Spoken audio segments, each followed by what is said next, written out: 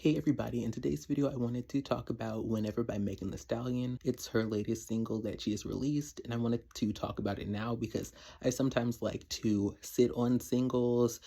I can not just have my first impressions, but give it a few weeks so I can still see if I feel the same way. I feel like with music, sometimes our initial reactions may not be the way we feel a little bit later, so I don't want to just be that person. It's kind of like there's a phrase for it related to politics where people will always be focusing on the poll of the moment, but they won't really be focusing on, I guess, the overall trend.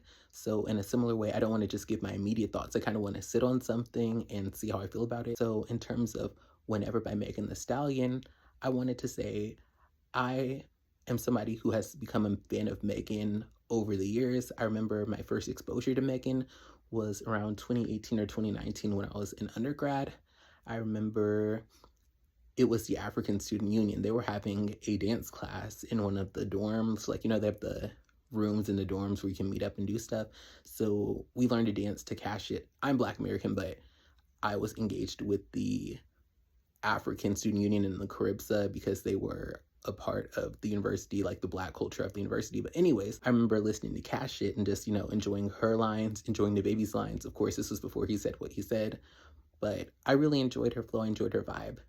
And for me personally, I really didn't get heavy into her until later on. I feel like the second thing that really got me into Megan was the Savage remix with her and Beyonce. I'd heard Savage before, but I feel like when Beyonce did the collaboration and she added that kind of R&B vibe to it in her own vocals and singing to it, I really liked the mesh of the two of them together. And I feel like with time, WAP was a really big moment that pulled me into her. Her doing 3435 remix with Doja was a nice thing to witness. But I feel like WAP and then Bongos, which, because I'd also gotten into Cardi B as well with some of her releases, like Enough, like what some of her back catalog, Cardi B's Never Lose Me, and then Cardi B and Megan on Wannabe.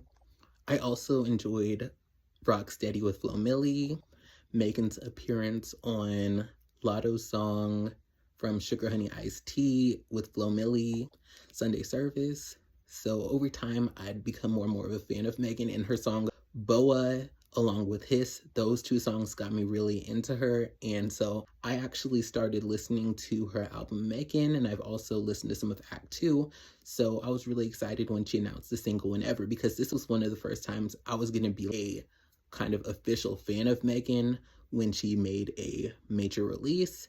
So I was really excited to hear what she had to offer. But I will be very honest with you and say, here's how I feel.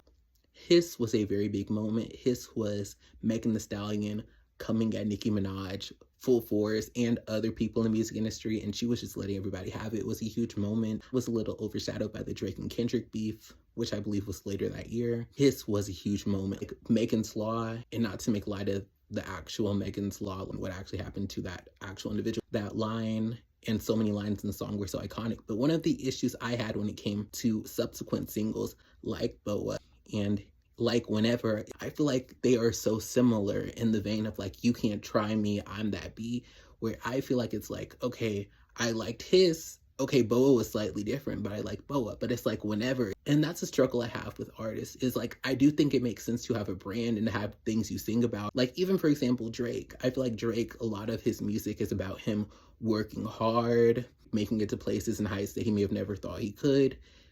Also about his struggles or, his trysts with women, like different things like that, his relationship with his producer 40, different stuff like that. Like there's recurring themes in his music, but I feel like there's a freshness to it where, like, for example, like if you listen to some of his stuff that's more inspired by Caribbean culture, there's this difference where with Meg, it kind of feels like what everyone's saying, like they're reheated nachos, where it's like, okay, like after a certain amount of time, for me personally, it's like, if it feels like it's just a different iteration of the same thing, as much as I like it and I like the visuals are good, but they kind of reminded me of some of her other visuals. So what do the hotties think?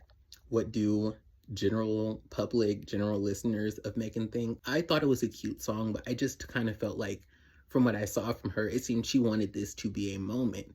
And I feel like when I saw people, myself included, react to it, it kind of felt like, this is not a horrible song, but it's kind of like, okay, we've got this. We get that these girls can't F with you and you're in the top of your game. We get it. We want something new. Maybe this is what she had to give, but maybe it just didn't resonate with us this time, and that's okay. So what are your thoughts on the song?